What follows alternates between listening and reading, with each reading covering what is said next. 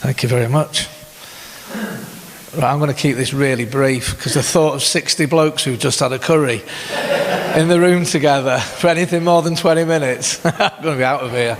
Nobody like a match. Right, I've been a bit real challenged tonight, to be honest, because I've had two things. I've been holding two things for a couple of days now, and really sort of seeking God in what do you want me to do, which one do you want me to say, and one was a bit more of a teaching, and then the other one was very much 90% sort of testimony. And the teaching that I was thinking about actually came about from a sermon I did at my church recently, and I did the sermon in honour. I dedicated it to my pastor. Some of you will know Pete Levers. Pete Levers, went home to be with the Lord not so long ago, and he's a man that I attribute very much to me being where I am today in life, very much so. And the one that I talked about a few weeks ago was it was the story of the Gadarene demoniac. And I always thought, when I came into the church and I share my story and people would introduce me, they would often talk about that, you sort of relate to a person in the Bible. And people would often say that my story was a prodigal son. It was always the prodigal son story. However, I didn't get any money from my dad and run away and squander it. I ran away from my dad as soon as I could. But the more and more I read and learn more about the story of Jesus, the more actually I identify with the demoniac. If you see a picture up there, have you got that picture there, mate? The picture up the left there, that was me after I'd just come out of prison in Spain in '98. So it wasn't even halfway through my addictive years, but I came out, and that was the best photo that a girl that I used to go out with had of me from all those years, 10, 15 years in Tenerife, and that's the best photo I had. And as you can see, my eyes are rolling to the back of my head. The reason we've put Cheat the Reaper, you can't really see it so much, but the magazine that I'm reading there, the headline on it is Cheat the Reaper. And, this Swedish girl that I used to live in the back of a van, took that picture. And she sent it me about 12, 13 years ago. She found me on Facebook, and she said, I honestly thought you were dead. Honestly thought you were dead. And how I'm here today, is we only know, is, for the grace of God. But, like I say, I did this talk about the demoniac, and a lot of it really resonated with me. And it was mainly about the disciples, because tonight, you can come to these things and you can share war stories about how bad it was and all of that, And, I could talk all night about that. I could talk all night about what it's like to be a heroin addict and what it's like to be on crack cocaine and what it's like to live on the streets and, to not have no family and all the rest of it. And it's impactful, it's fantastic. But that's not the reality of who I am today, And I think for myself personally, there comes a point where I stopped identifying so much with that person anymore. The old Scott is gone. The old Scott is dead, buried, resurrected in Christ, So more and more as I speak now, the more and more I don't share so much of that story anymore. Because whilst I can still identify with all of you, because you're blokes. We've all got saved, we've all got similar struggles in life, we've all got similar things going on, But just in a nutshell, I was kidnapped when I was 8 years old. When I was in Cumbria, I was kidnapped by 3 lads that were on the run. I was 8 years old, and they kept me for 3 days. Big story behind that, but I was locked up in a caravan for 3 days at 8 years old because they were worried that I was going to tell my mum and dad where they were, because they were on the run from the police. And obviously I never dealt with that at 8 years old. You know what I mean? I couldn't. So my way my mum and dad dealt with it is we moved house. We moved house from Cumbria down to Warrington, and I started looking in all the wrong places. I started looking. I thought the answer was with the hard lads, with the, playing up and all of that. And I didn't belong. I didn't belong in gangs. I didn't belong with all these lads and that. And the more I tried to fit in, the more I realised that I didn't belong with them. I went to a really tough school in Warrington, and I wasn't a rugby player, couldn't do all of that. So again, I went with the hard lads. I tried to hang about with the gang and that, and it just led me in a real mess. Started sniffing gas and glue and all of that. And by the time I left school, I think I left school as soon as I could, and then I went off to Spain, travelling around, running away, and that's all I did. When I got over to Spain, I started selling drugs over there for the bouncers. Probably wanted to be a bouncer, really, but again, just didn't fit in. It wasn't me, but I always had these visions in my head of me being somebody. I thought being one of them would make me somebody, So I used to walk down the street in Tenerife, Billy Big Boy, and I wasn't, It was all a front. It was all rubbish to fit in with these lads, because I thought that's where the answer was. So that's pretty much it about the war story years, because that's where it took me, and it took me to the streets, living on the streets in London for on and off sort of 10 years. Again, when I was on the streets, I actually enjoyed it. I actually enjoyed living on the streets, if the truth be known, because I was a part of a community. We know some in here will know what it's like. I was somebody with them. I hung out with these people, and we had our own little community going on. And to be fair, yeah, I made myself homeless many times. Partly because I missed that. I love going to prison. That's a stupid thing to say, that, isn't it? But I love going to prison. I love going to prison, because when I was in prison, I got clean in prison. I hung about. I got on with everybody on the landing. I just managed to get away with things. I was always bouncing about and doing little deals and that. And I enjoyed it. And what I think now is, I had a bit of a purpose. I had a bit of identity, a bit of a purpose. And, I was around some like-minded people. But desperately underneath, I knew there was so many things I was trying to fill this gap with, whether that was with crack, heroin, drink, drugs, or whatever it was. I was trying to fill this hole that I didn't really know was there. And so, yeah, to cut a long story short, I came to Colwyn Bay for rehab in 2008, and again, been through it loads of times. I've been out of prison 8-9 times, come out not really clean because I'd use in there, but and just carry on the lifestyle again. And I came to Colwyn Bay, and something happened in Colwyn Bay, and this is what I'd rather speak about today. I never thought in a million years I'd be a Christian. I've got to be honest with you. I didn't. I really didn't, because I was hurt badly by the church years and years ago up in Cumbria. I'd gone to a church in Cumbria, seeking. I now know that's what I was doing. I was seeking. I wanted help. And I was made to, I'm getting emotional even talking about this, and I was made to go and sit in a corner.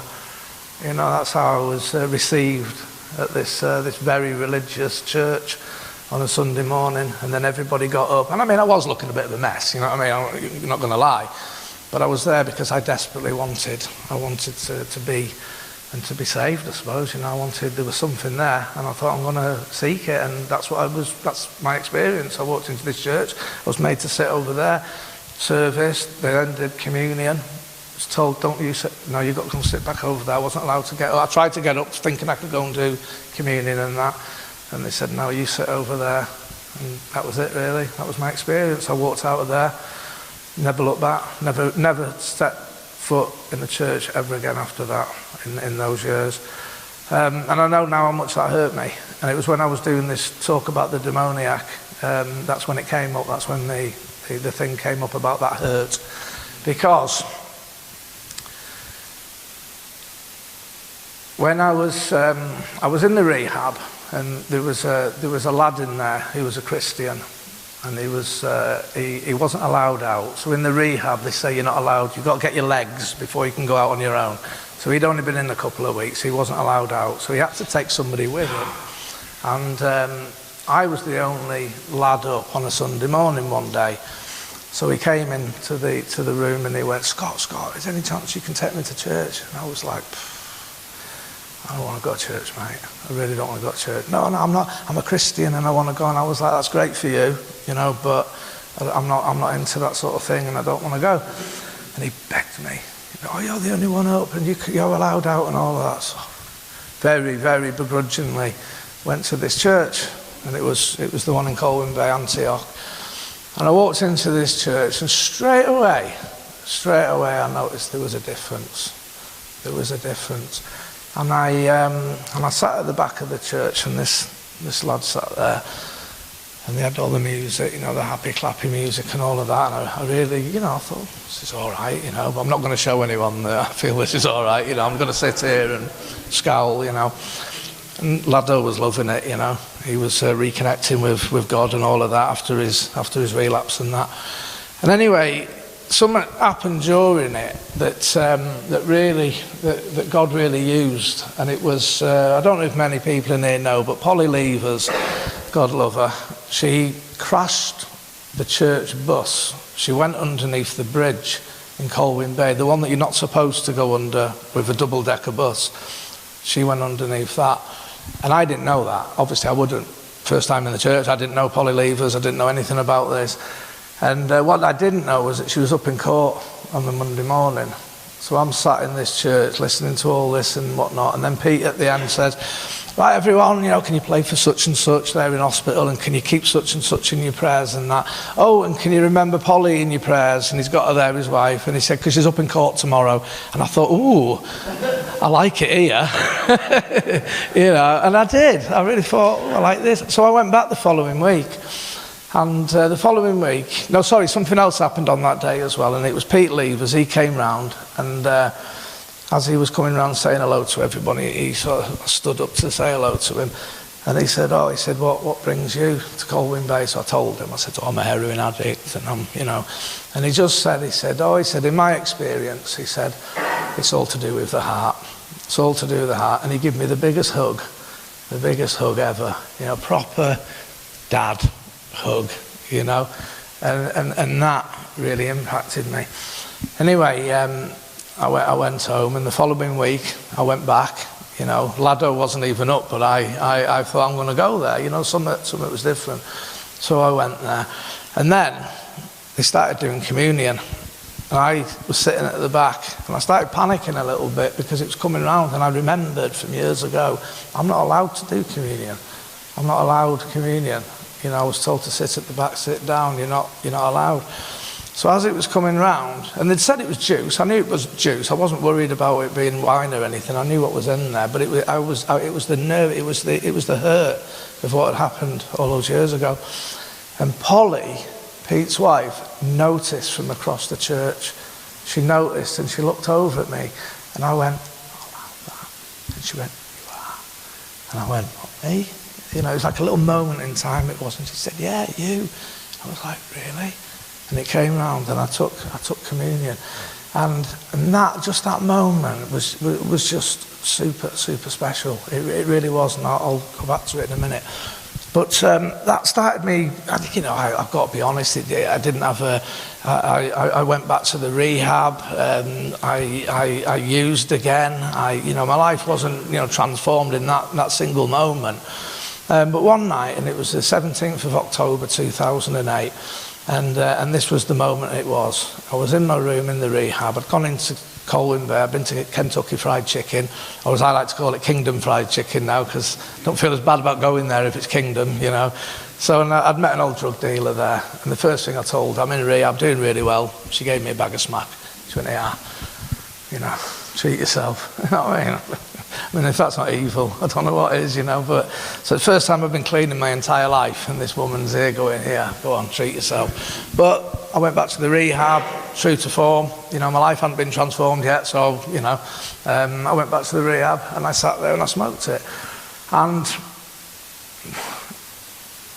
because I'd been doing the 12-step stuff, I'd been, you know, praying and all of that, and what I realised now when I took that bag of heroin, I always say it was the best one, best bag of heroin I've ever had, because it was the one that made me realise, just walking into that church and just starting to do my 12 steps, for the first time in my life, I was in some way connected to my Creator. I'd been talking to God. I'd had a peace about me because I was doing that. I was doing the 12 steps and that. I was learning a little bit more about prayer and, you know, and for the first time in my life, I really believed that I was in some sort of communion with God. Even though I didn't really believe in God, you know, I didn't really believe in God. Certainly didn't believe in Jesus, you know, because I was doing the 12 steps. It was a God of your understanding. And what I'd done, looking back, I'd actually stolen my God from somebody else because I thought it sounded really good. Because his God let him do whatever he wanted. That's what they told me. You make a God of your understanding. And my God, my understanding, was going to let me do this, this and this, you know, because I didn't want rules and regulations of religion. But obviously my God of my understanding didn't stop me using heroin that day. So anyway, what happened for the next 3 days is what I truly believe, whatever theologically I don't know, but I really believe I was in hell. I really believe for 3 days after taking that heroin, because for the 2 months leading up to that, like I say, I'd connected with God, I was feeling it, and I cut it all off. Having that one bag of heroin, I just completely cut off whatever it was I was receiving, and it was horrendous. It was horrendous, more so than anything I'd ever experienced on the streets or in prison or anything like that. It was horrendous. I felt hollow and empty, and just it was, and then of course there was the guilt and the shame of it coming on as well. So I thought, I've got to tell someone. I've got to tell somebody that I've done this. I'd got away with it. Very clever. I knew it was a Friday. Won't get tested over the weekend. It'll come in Monday. It'll just about be out my system because I'd smoked it. So I thought I'd got away with it. But I hadn't got away with it. I hadn't got away with it in myself. So I went and told the rehab.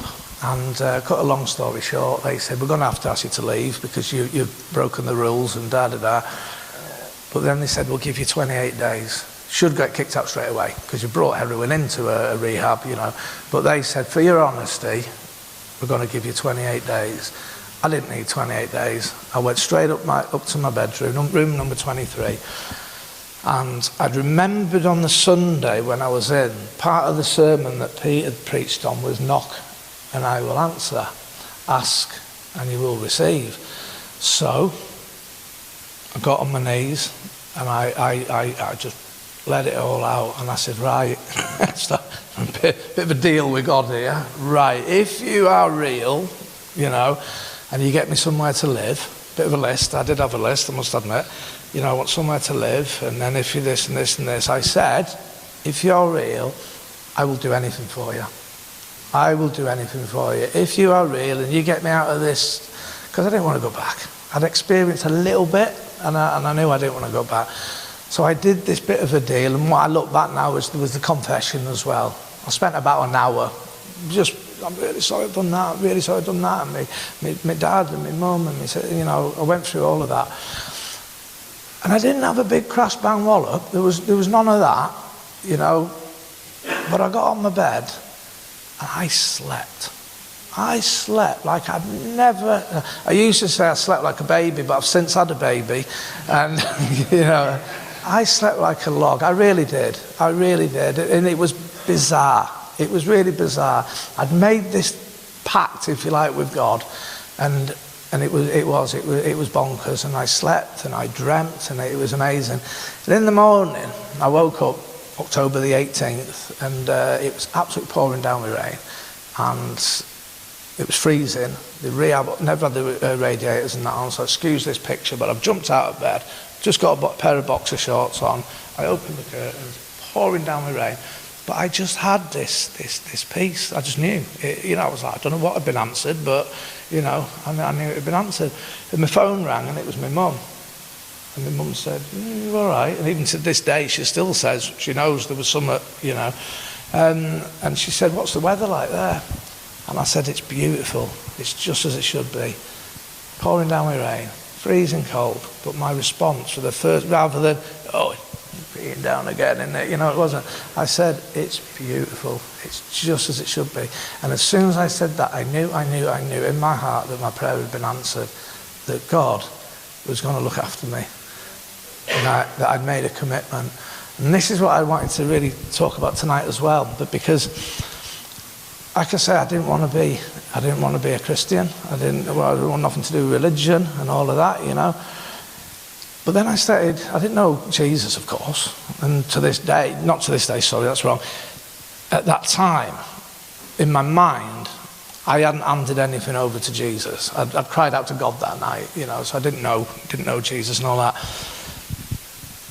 But part of the reason I didn't want to really know Jesus and that, I've got to be honest, because I thought you were all boring. I thought church was full of boring men who don't really do anything, you know, they go to church and then, you know. But I started getting to know some of the people. I also thought you were all perfect as well. I really, honestly, in Antioch, I thought every single person in that church was perfect, yeah. 15 years down the line, I know every single one of them, and we're far from it, aren't we? You know, but that's what my mind was telling me, they're all perfect, you don't fit in and all of that. But the more and more that I started learning about Jesus, I was like, hang on a minute, I really like this fella. I really like this fella. This fella, actually, I had more in common with Jesus than I ever thought I would have. Because I was homeless. Jesus, I don't think he had anywhere to live, did he, in his main 3 years of his ministry? He went round upsetting the authorities. I did that. But I realised that Jesus wasn't the Jesus that I'd been told about, I suppose, when I was in Sunday school and all that was at school. It wasn't a Jesus of, you know, standing there with a lamb, you know, blue eyes and all, you know. I started finding out about the real Jesus, and that absolutely blew me away. I thought, I really want to be a Christian. I really want to follow this man. And I really struggled in the first few years of being a Christian. I really did. I was all about works. I was killing myself with works because I realised I was very works driven. I was, if I do this and do this, religious spirit, do this, and everything will be all right with God. I was desperate not to use again. I was desperate not to drink again. So I did my 12 steps and I worked some harder and I went to more meetings and I did all of that, and I was just killing myself. I was getting absolutely, I knew God, I knew Jesus, I'd been saved, you know, but honestly, my first few years as a Christian, I did loads of things, you know, again, I've got a big charity in that today based on what I did in those early years. So it's all come out well, but I was really killing myself, and I wasn't enjoying it. I've got to be honest. It was hard work, and I'd go in to see Pete, and I was like, oh, it's hard work. This, it really is hard work being a Christian man. And what I realised was, as I was learning more and more about Jesus, is how much I was doing stuff in my own strength. I was doing so much in my own strength, and I was plodding on and on of that. And what I realised is I'd got to know, and I think this is really significant for, I don't know, but I'd got to know Jesus as my saviour. Yeah, I knew he was my saviour. That was boxed off. That was brilliant, you know, I knew that, yeah. But I don't think I'd really accepted that he was in me. You know, I think what I'd done, and I think I look back now, I'd wrapped my new Christianity around my old AA, and don't forget, I've got every respect for AA and NA and 12 steps and all that, I really have. But what I'd done is I'd wrapped Jesus around it. It was like an add-on to my life, you know, and it was, so I was coming from a place all the time of doing something for Jesus. I was always going out doing stuff for Jesus. And it was reading things like the demoniac and that. I was watching what the disciples were doing, and they were watching Jesus all of the time. They were always watching what he was doing. They were learning from him, and they were like, who is this man? He's just told the wind and the waves to calm down, and it's listened to him. But they still got frightened, didn't they? And that's what when I prayed about coming here tonight, two of the things that God said to me was fearful to fearless. And I realised my early years as a Christian, I was very fearful. I was fearful. I just said to you, didn't I? I was fearful about drinking again, about using again, about upsetting God, not getting it right. You know, I was always worried because, you know, growing up, my dad was a bit of a hard taskmaster and that. And the other thing I'd done is I'd put my understanding of God based a little bit about my dad. You know, and in my home, love hurt. You know, he would give me a good hiding for something. I love my dad today, I really do. If you're watching Dad, if you see this, he knows how much I love him. We've got the best relationship ever. But growing up, I would do something wrong. He'd give me a good hiding, because that's how his dad was, granddad. And he'd come into my bedroom and say, I only do it because I love you. So when I come into church and I start hearing about Jesus and Jesus loves me, straight away I'm thinking, this is going to hurt, because love hurts. But the more and more I started learning about Jesus, I really started realising that he loves me in a way that is coming. And that was the thing that Pete Levers had done when he hugged me. He gave me a father's hug. You know, he didn't tell me this and that, you got to do this. So my early years, like I say, I was very fearful in that. And good example of it, I used to work for the probation service after I left rehab. I got a job, I volunteered there, and then I got a job as a trainer doing some delivering the thinking skills program. And I used to spend 20 minutes before that program in the toilet begging Jesus to help me. I really did. I used to go really early. I used to go in the toilet before I went into the room. There'd be all blokes on the course, and I would literally be asking Jesus to help me, to look after me, all coming from a place of fear. All coming from a place of fear. What I learned from the stories like the demoniac was when they were observing him, one of the things that they'd learned from him is that he used authority. And I had a real penny drop moment quite a few years ago about the fact that Jesus is in me and I have been given authority. So that really started changing things for me, because I was like, hang on a minute, but he's a man, but he's God. But then he laid down his divinity, didn't he? He didn't do everything he did as God. He did it all as a man, and that blew me away. That I was thinking, hang on, this I can be like this, you know, and it did. And all of a sudden, this life of being a Christian really started to take on a whole new meaning for me, because I was thinking, God has given me the same authority. And a few weeks ago, no, a couple of months ago actually, I was in Holyhead, and it was only one of the moments when I'd realised that I'd stepped into that. Was starting a youth shed in Holyhead High School, and they've had some real trouble there. They've had some real problems with a lot of the kids after they've gone back from school. And I've been working with five lads, and on my way there every day, it takes me an hour to get there from Llandudno. And I met this fellow in reception, and he was working with some kids as well. And I said to him, I said, "You all right, mate?" I said, "What are you doing?" And he said he was doing this programme with the kids and that. And I said, "Where have you come from?" And he said, "Oh, I've come from the Wirral." And he said, "Yeah, 2 hours," he said. But he said, "It's 2 hours of listening to sport radio." So he said, "It's time well spent." And I thought, flipping heck, I spend an hour on my way there declaring in the name of Jesus that these kids' lives are going to be set free, that these lives are going to be transformed. And I just thought in that moment, wow, how my life has changed, my understanding of who Jesus is in me. And I think for tonight, I really believe that what God really wanted me to speak tonight about was that it's great being saved, and it's great, you know, getting a relationship with Jesus, but the hard part, the rubber hitting the road part, is the walking it out, isn't it? It's the walking it out as a bloke and really getting to know who Jesus is in here. And I believe that's what we're doing when we read things like the demoniac, and because that fella, he was a mess, wasn't he? You know, for those that, you know, if you don't know the story, I don't know if everyone does, you know, but you know, this demoniac was in a cave, living in a cave. Or it was gravestones, wasn't it? He was living amongst the gravestones and that. And he was a mess. He was an absolute mess, and he was self-harming, he was cutting and all of that. And it was one touch from Jesus that transformed him. It transformed him. And the beautiful thing about this demoniac, though, was Jesus then didn't say, now go off and do a course, go and do this, that and the other. He simply said to him, go back to where you came from and tell people what I've done for you. That's all he told him to do.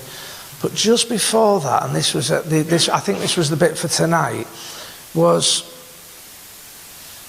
as the demoniac was coming towards him, he started saying, he recognized Jesus, and he went, oh, Jesus, Son of the Most High, what have you come for me? And it said, for Jesus had said, demon come out of him.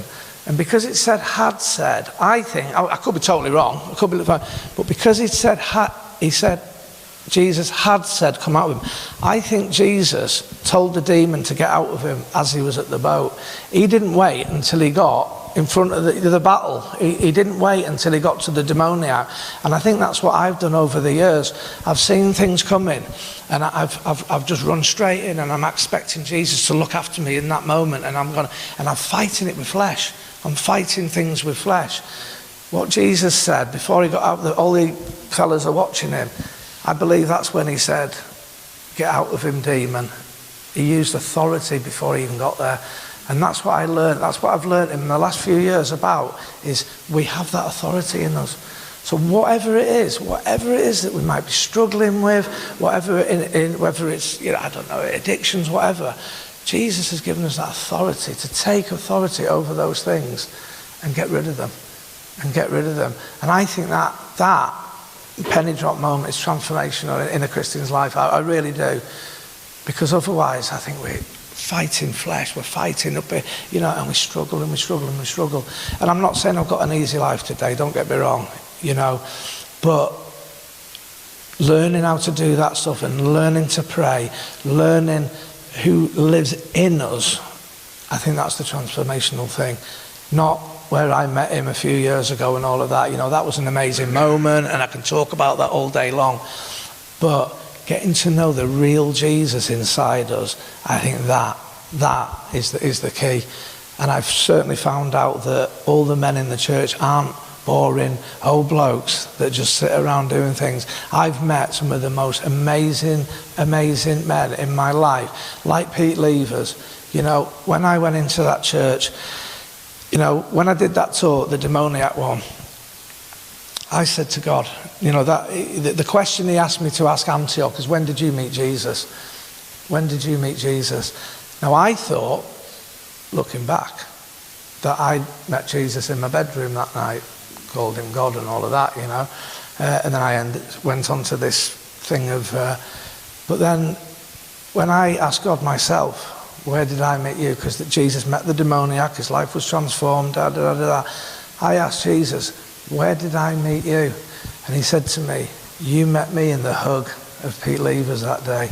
And it was that hug, that embrace by another bloke that I felt got me. That's when I met Jesus. Not in a religious thing, not in I met Jesus in that embrace. And I just think, I want to thank all of the men, in here that do that when people come through the door in church and they're there for them, give them a hug. Because you don't know, do you? I always remember years ago someone said, you might be the only Bible that somebody reads. And that's what people need. People in the world out there who are struggling and who are really, they don't need religion. They don't need that. That's what they need to meet is the real Jesus who lives in us, who can empower us. No, I'm nothing special, do you know what I mean? I really, Jesus in us, and that's what people need to see out there, isn't it, in the world? Especially now we've got all this stuff going on, haven't we, with the cost of living is coming up, and I'm saying this not because I'm a thing, but we've just gone for a mortgage this week, we bought a house this week, and everyone says, you must be mad. My dad thinks I'm mad. you know, getting a mortgage. I'm self-employed. You know, the interest rates have just gone up again and all that. I went self-employed the day before they announced that we were going to be leaving the EU. I left a full-time job. My dad thought I was mad. People thought I was mad going self-employed. But I know Jesus, I know God, and I know he will look after me. And that's why I think in this day and age in the world, that's what people need to see, isn't it? The real Jesus, not the one with the lamb and, you know, or over there on a religious cloud and everything. And it's in here, isn't it? It's the blokes in here. That's who they're going to meet Jesus in those embraces, in those words, in those encouragements and that. So I want to thank you tonight for bringing me here tonight and having our youth shed here as well. It doesn't look much down there, you know, it looks like a couple of old shacks, but trust me, Jesus is in those shacks and he's meeting youngsters every time he comes here. So that's it from me, and I hope I haven't rambled too much, but yeah, thank you so much, and thank you for being men of God, because, you know, we stand on your shoulders ultimately. And that's where these young uns will be standing as well, aren't they? So thank you so much, and thank you for the invitation. Thank you.